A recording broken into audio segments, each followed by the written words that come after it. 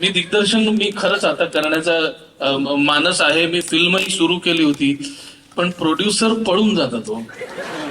कारण आमचे विषयच असे असतात की आम्हाला म्हणजे विनोदी वगैरे आम्ही जरा कमी म्हणजे हसतो वगैरे जीवनात आम्ही, परंतु आम्हाला उगाच हसवता येत नाही, उगाच हसता पण येत नाही. त्या हसण्याचं स्टँडर्ड आहे आमचं. खरं सांगायचं कवीची नाटकं हा एक वेगळाच सुनाय. हो हो. तू आता हसताय की म्हणालास, तू मालिकांच्या वाहिनीवरच्या कुठे परीक्षक झालेला नाहीयेस का? नाही म्हणजे उगाच हसण्याची एक सवय लागू शकते म्हणून. नाही बोलवलं नाही हो अजून तिकडे, कारण मी काय पण मला खात्री आहे, एवढा चांगला अभिनय तुला नाही करता येणार. किशोर ते जसा करतात ना, म्हणजे आवडल्याचा अभिनय जो करतात. अभिनय जो करतात. सॉरी गुरु बोल. गुरुकडे पुन्हा येतो. तू मगाशी बोलता बोलता मी मूळ गीतकार म्हणाला, तर ते चालीवरती सुचायचं. आणि एकदा पावसाळ्यात गेलो असताना म्हणजे निसर्ग खरं तर कसा तुम्हाला सहाय्य करतो. पहिल्यांदा म्हणजे जवळजवळ कॉलेज संपून म्हणजे वयाच्या 27-28 वर्षी एकदा 26 मेला अचानक पाऊस आला होता. आणि कुठेतरी काहीतरी वाळवणं सुकत घालतात उन्हाळ्यात, पापड वगैरे, तर ते सगळं घातलं होतं. आणि त्यावेळेस अचानक सगळ्या माझ्या त्या आत्या वगैरे धावत त्या खळ्यावरती आल्या. आणि त्यातली एक माझी आत्या आजी आहे, ती पावसाशी ओरडून जसं भांडतात ना की अरे मेले ह्या वेळेला कोणाचं भलं करायलास, असं वगैरे करून ती पावसानं तर त्यावेळेस पावसाच्या नावानं बोटं मोडायला लागली. आणि त्यावेळेस मला पहिल्यांदा म्हणजे कसलीही चाल नसताना ओळी सुचल्या होत्या की ओले ती सांज कुंद धुंद गारवा सरसर ती सरवेडी छेडी मारवा. मला वाटतं पहिल्यांदाच मला स्वतंत्रपणे काव्य सुचलं ते पावसामुळे. हे पुन्हा एकदा सांग. ओले ती सांज कुंद धुंद गारवा सरसर ती सरवेडी छेडी मारवा, असे ते शब्द होते. संदीपला हाच प्रश्न मुळातला विचारू इच्छितो की थोडा वेगळ्याने की तू स्वतः तुला आवडलेलं निसर्गाचं रूप कुठलं?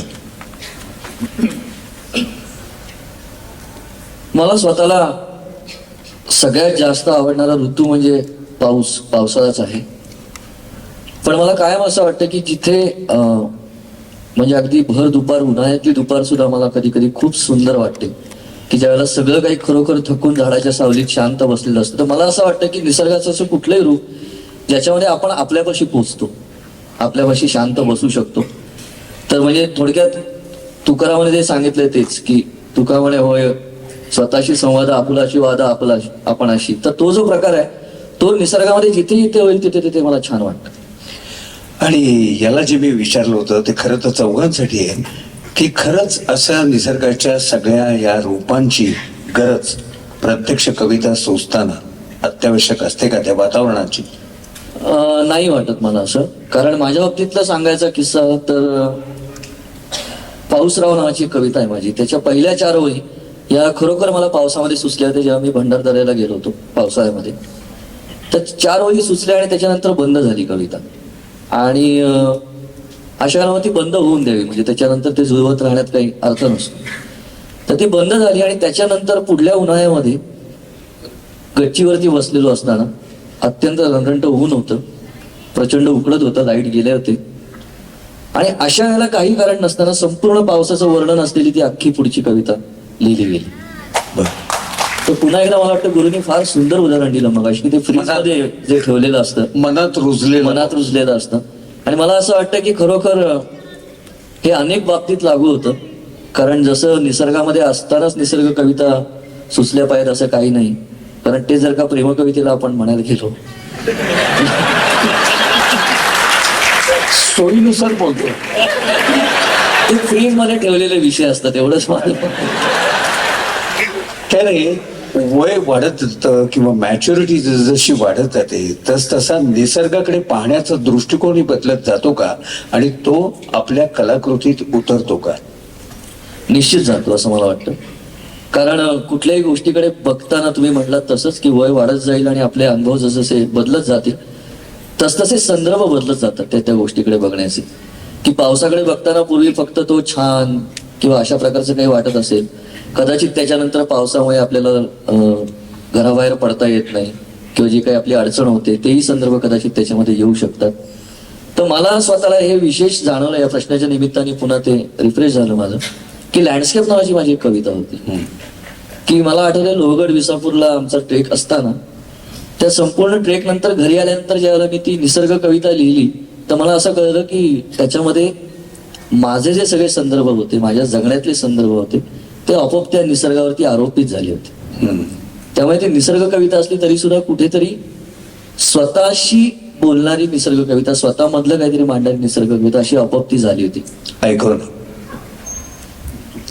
लँडस्केप असंच त्या कवितेचं शीर्षक आहे.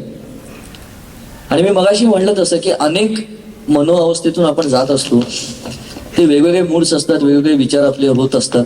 ते कसे निसर्गामध्ये त्या प्रतिमांशी निगडीत झालेत बघा. की आत्ता इथे हवा अगदी ढगाळ ढगाळ आहे. आत्ता इथे हवा अगदी ढगाळ ढगाळ आहे. कुठला संदेश माझ्यापर्यंत थेट येत नाहीये. आत्ता इथे हवा अगदी ढगाळ ढगाळ आहे. कुठला संदेश माझ्यापर्यंत थेट येत नाहीये. इतकं उलट सुलट साचलंय आभाळाच्या मनात, इतकं उलट सुलट साचलंय आभाळाच्या मनात. नक्की कुठला ऋतू आहे तेच कळत नाही. तर मी जसं म्हटलं की आता हे पूर्ण निखळ निष्पाप निसर्ग चित्र नाहीये. इथे कुठेतरी माझ्यातला गोंधळ सुद्धा मिक्स होत गेलाय. की ओठावरचा शब्द निळा खंड्या पक्षी झालाय. ओठावरचा शब्द निळा खंड्या पक्षी झालाय. पाण्यावरून उठून थेट फांदीवरती गेलाय. पाण्यावरून उठून थेट फांदीवरती गेलाय. पंखांवरून पानं फिरवत म्हणतंय झाड काही. पंखांवरून पानं फिरवत म्हणतंय झाड काही. दरवेळेस चोचीत काही मिळेल असं नाही. दरवेळेस चोचीत काही मिळेल असं नाही. की बाकी पक्षी सुद्धा कसे सैल सैल उडतायत. उड्डाणाला आपले आपले पंख घेऊन निघतायत. बाकी पक्षी सुद्धा कसे सैल सैल उडतायत. उड्डाणाला आपले आपले पंख घेऊन निघतायत. त्यांना सुद्धा बहुधा नक्की दिशा नाहीये कळत. त्यांना सुद्धा बहुधा नक्की दिशा नाहीये कळत. ढग येतील तसे जात आहेत वळत वळत. ढग येतील तसे जात आहेत वळत वळत. की अंदाज घेत पावसाचा ही लांबून नदी येते. अंदाज घेत पावसाचा ही लांबून नदी येते.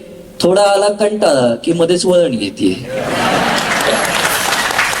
थोडा आला कंटाळा की मध्येच वळण येते. तिच्याच परवानगीने बसलेत काही शेत घर. तिच्याच परवानगीने बसलेत काही शेत घर. आपलंच टुमदार रूप त्यांना वाटत नाहीये खरं. आपलंच टुमदार रूप त्यांना वाटत नाहीये खरं.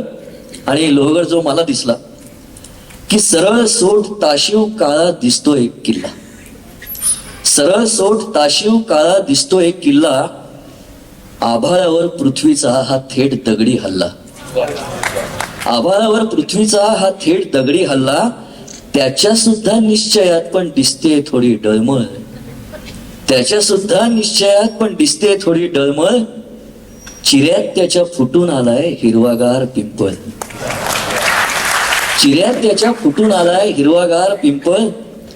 की आकार माने लांबी रुंदी उंची आणि खोली. एका ठिकाणी उभं राहून उंचावरनं जेव्हा आपण हे सगळं बघतो किशोर होळी कशा वाटतं की आकार माने लांबी रुंदी उंची आणि खोली. एक जमीन अंथरून दिले या सगळ्यांच्या खाली. की आकार माने लांबी रुंदी उंची आणि खोली. एक जमीन अंथरून दिले या सगळ्यांच्या खाली. अंथरुणाचे काठ ताठ ताणून बसलाय काळ. अंथरुणाचे काठ ताठ ताणून बसलाय काळ. बसून घ्या हो बसून घ्या समजावतंय आभाळ. बसून घ्या हो बसून घ्या समजावतंय आभाळ. आणि शेवटच्या 4 ओळी आहेत की अशी झाली हवा की काहीच कळत नाहीये. अशी झाली हवा की काहीच कळत नाहीये. सुटत नाहीये ऊन आणि मिटत सुद्धा नाहीये. सुटत नाहीये ऊन आणि मिटत सुद्धा नाहीये. ऊन सावली चौकोनाचा पडला आहे पट. ऊन सावली चौकोनाचा पडला आहे पट. आणि कळत नाहीये खेळीयाच्या मनामधला कट. आत्ता इथे हवा अगदी ढगाळ ढगाळ.